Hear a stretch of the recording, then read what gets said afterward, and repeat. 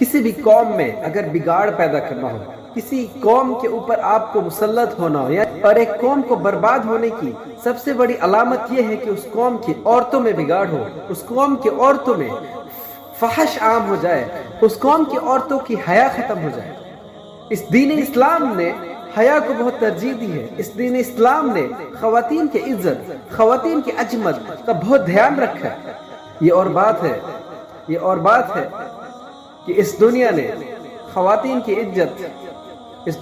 خواتین کی عزت چند ایڈورٹائزمنٹ، بل بورڈ میں لگائے ہوئے پکچرز اور ان کے ناچنے اور گانے کو ان کے لیے عزت اور فخر کا باعث بن چکا ہے۔ اعوذ باللہ من الشیطان الرجیم۔ اس دین نے وومن امپاورمنٹ سکھایا، اس دین میں عورتوں کے حقوق بتائے۔ کئی خواتین جو مثال ہے اس امت کے لیے، آسیہ ہو جو فرعون کی بیوی، فاطمہ الزہرا ہو، یا ام المؤمنین عائشہ رضی اللہ عنہا ہو، یا ام المؤمنین خدیجہ رضی اللہ عنہا ہو۔ ایک اور نام یہ امت نہیں بھولتی، وہ نام خولہ ہے۔ خالد بن ولید ایک دفعہ جنگ کے میدان میں اور ان کے ساتھی دور دیکھتے ہیں کہ ایک انسان جنگ کر رہا ہے جو پوری لباس میں ہے، جو ڈھکا ہوا ہے، جو نظر نہیں آتا۔ خالد اور ان کے ساتھی اس انسان کو دیکھتے ہیں، جو انسان بالکل خالد بن ولید کی طرح جنگ کرتا ہے۔ خالد بن ولید اس کے قریب جاتے ہیں اور اس سے پوچھتے ہو آر یو، آپ ہے کون؟ اور آواز آتا ہے کہ آپ ظاہر نہ کریں میں کون ہوں، آپ ظاہر نہ کریں میں کون ہوں۔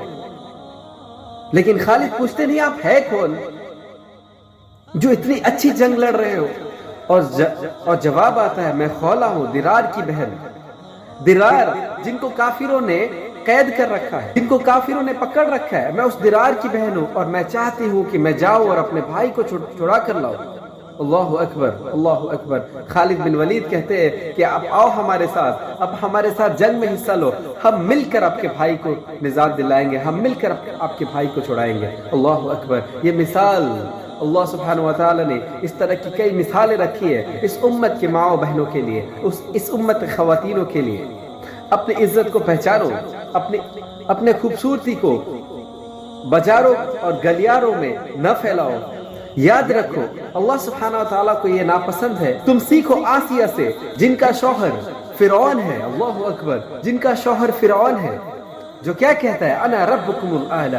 آسیہ اس گھر میں ایسے شوہر کے ساتھ کس کا ذکر کرتی تھی؟ اللہ رب العزت کی۔ کس کو یاد کرتی تھی؟ اپنے رب کی۔ اللہ اکبر۔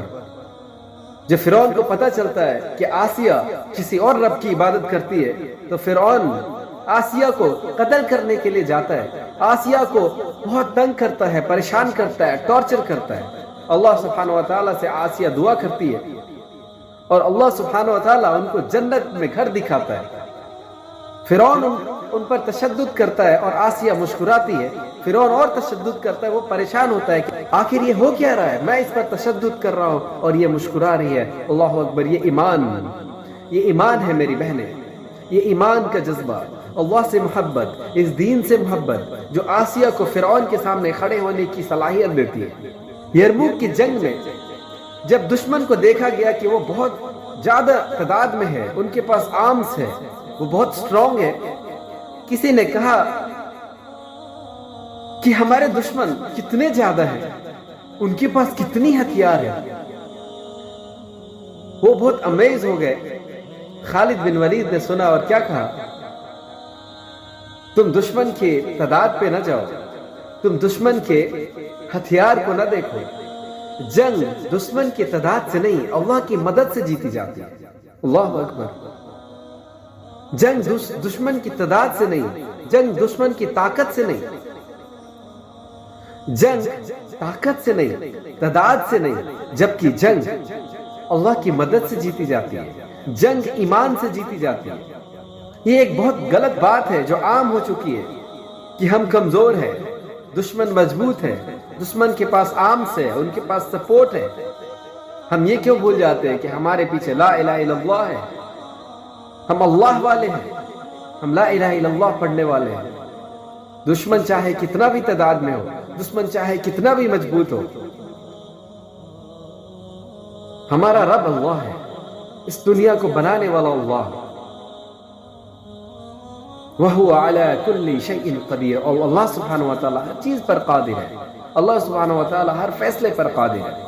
یہ نصیحت ہے ہمارے لیے، یہ نصیحت ہے ہمارے ماں و بہنوں کے لیے، یہ نصیحت ہے کہ آخر وہ کون سی عورتیں تھیں جنہوں نے خالد بن ولید جیسے انسان کو جنا؟ وہ کون سی مائیں تھیں جنہوں نے صلاح الدین ایوبی جیسے رہنماؤں کو جنم دیا، جو اقصی کو فتح کر لیتے ہیں، جو رومن امپائر کو ختم کر دیتے ہیں، جو دین کو پورے دنیا میں پھیلا دیتے ہیں، جو دین کو سبحان اللہ ایک صحابی کہتے ہیں کہ اللہ کی قسم ہم مکہ میں کھل کر نماز نہیں پڑھتے جب تک عمر نے اسلام نہیں قبول کیا۔ اللہ اکبر، وہ کون سی ماں ہے جس نے عمر جیسے طاقتور انسان کو جنم دیا؟ اللہ اکبر، کیوں آج وہ دور نہیں آ سکتا؟ کیوں آج وہ وقت نہیں آ سکتا کہ ہمارے درمیان کے چھوٹے بچے یہ کہے کہ ہمیں عمر جیسا بننا ہے، یہ کہے کہ ہمیں عثمان بن عفان جیسا بننا ہے، یہ کہے کہ ہمیں علی بن ابی طالب جیسا بننا ہے، یہ کہے کہ ہمیں حسن اور حسین کے جیسا جنگ کرنا ہے؟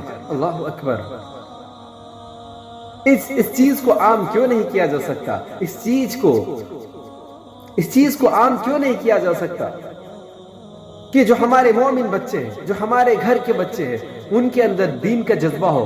اگر ان سے اسکول میں پوچھا جائے بیٹا تم بڑے ہو کر کیا بننا چاہتے ہو، تو وہ یہ کہے کہ میں اس دین کو غالب کرنا چاہتا ہوں، وہ یہ کہے کہ میں اللہ کے دین کو پورے گھروں میں پہنچانا چاہتا ہوں، وہ یہ کہے کہ ہم قرآن کے میسج کو ہر گھر میں پہنچانا چاہتا ہوں۔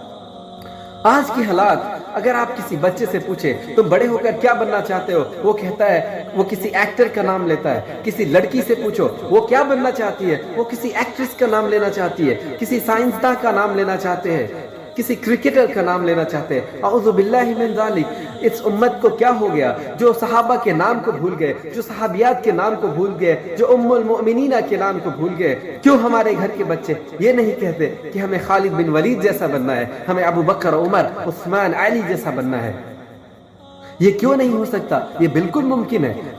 ہمارے ماحول کو بدلنا، ان کے دوستوں کو بدلنا، یہ کوشش کرنا کہ ہمارے گھر کے جو چھوٹے بچے ان کی دوستی ایسے لوگوں سے ہو، ایسے بچوں سے ہو جو دیندار ہو، جو دین پر چلے۔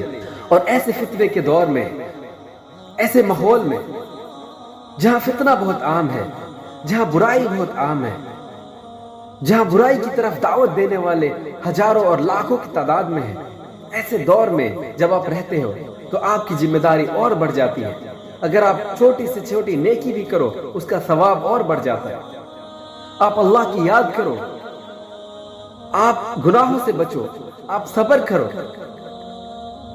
یہ آپ کے لیے جنگ ہے، یا آپ کے اور شیطان کے درمیان جنگ ہے، جس میں آپ ہر دن، ہر پل، ہر وقت شیطان سے جنگ میں ہوتے ہو اور شیطان کو مات دیتے ہو۔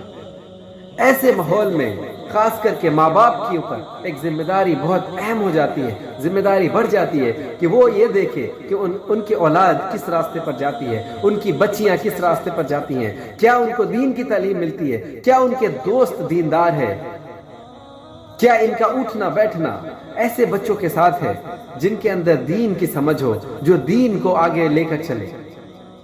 اللہ اکبر، ہم دیکھتے ہیں آج غیر مذہبی لوگ، غیر مسلم، جن کے اندر کوئی دین، کوئی ایمان نہیں، وہ اپنے مذہب کو آگے لانا چاہتے ہیں، وہ اپنے مذہب کا نام لے کر فخر محسوس کرتے ہیں، وہ چاہتے ہیں کہ ان کا مذہب آگے آ جائے۔ ہم ہندوستان کے حالات دیکھیں، ہم یوروپ کی حالات دیکھیں، برائی کو عام کرنے کے لیے لوگ آگے آتے ہیں، برائی کو عام کرنے کے لیے لوگ سڑکوں پر اترتے ہیں۔ اللہ اکبر، LGBT موومنٹ، ہماری جسم ہماری مرضی کا ایک بڑا جلسہ پاکستان جیسے جگہ پر، یہ برائی کو عام کرنے کی جدوجہد۔ اللہ اکبر، ان ماحول میں ہم مسلمان، ہم اللہ کے رسول صلی اللہ علیہ وسلم کے امتی ہونے کے بعد ہماری ذمہ داری اور بڑھ جاتی ہے۔ جب لوگ سورج کی عبادت کر سکتے ہیں، جب لوگ چاند کی عبادت کر سکتے ہیں، جب لوگ دنیا کی ہر چیزوں کی عبادت، مٹی کے بنائے ہوئے پتلوں کی عبادت، جب لوگ انسانوں کی عبادت کرنے کے لیے تیار ہے، ایسے ماحول میں ہماری ذمہ داری اور بڑھ جاتی ہے۔ جب لوگ برائیوں کو عام کرتے ہیں، جب لوگوں کے بچے برائیوں کو پھیلاتے ہیں، آپ اپنے بچوں کو اسکول بھیجیں، وہاں بھی برائی ملتی ہے، وہاں بھی سیکولرزم کی پڑھائی ہوتی ہے، آپ کے دین سے دور کیا جاتا ہے۔ ایسے ماحول میں آپ کی ذمہ داری اور بڑھ جاتی ہے۔ وہ ذمہ داری کیا ہے؟ ہمیں چاہیے کہ ہم اپنے بچوں کے ماحول کو سدھاریں، ہم قرآن کو عام کریں، قرآن سمجھنے کے لیے دیں، سوشل میڈیا سے دور کریں، اور جو وقت سوشل میڈیا پہ دیتے وہ قرآن پر دیں، قرآن کو سمجھیں۔ ایسے بچوں کے ساتھ اٹھنا بیٹھنا ہو جو نماز اور جن کا تعلق مسجد سے ہو، اور جو فحش موویز ہے، جو بالی ووڈ یا ہالی ووڈ یا کوئی بھی موویز، اس سے دور ہو جائے۔ ان سیریلز، ان موویز کی وجہ سے آج کے بچے دین سے دور ہوتے، اپنی ماں باپ کی عزت نہیں کرتے، اپنے استاد کی عزت نہیں کرتے۔ اللہ سبحانہ و تعالیٰ سے دعا ہے کہ اللہ ہمیں توفیق دے کہ ہم دین کو غالب کرنے کے لیے جدوجہد کریں، ہمارے ذریعے دین قائم ہے، ہمارے ذریعے لوگوں تک دین پہنچے، لوگوں تک اسلام پہنچے۔ اللہ سے دعا ہے کہ اللہ سبحانہ و تعالیٰ ہماری مغفرت کرے، ہمارے گناہوں کو معاف کرے۔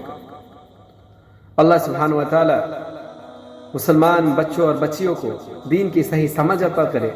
ہمیں سن کر بہت افسوس ہوتا ہے جب ہمارے دین سے کوئی بچے دور ہوتے، مرتد ہوتے، دین کو چھوڑ کر کسی غیر مذہب چیزوں کو اپنا لیتے ہیں، کافر اور مشرکوں کے قدموں پر چلتے۔ یہ سن کر افسوس ہوتا ہے، لیکن اللہ سبحانہ و تعالیٰ کا کہنا ہے کہ ہمارا کام دین کو پہنچانا، میسج کو پاس کرنا، دین کی تبلیغ اور دعوت دینا، ہمارا کام ہدایت دینا نہیں۔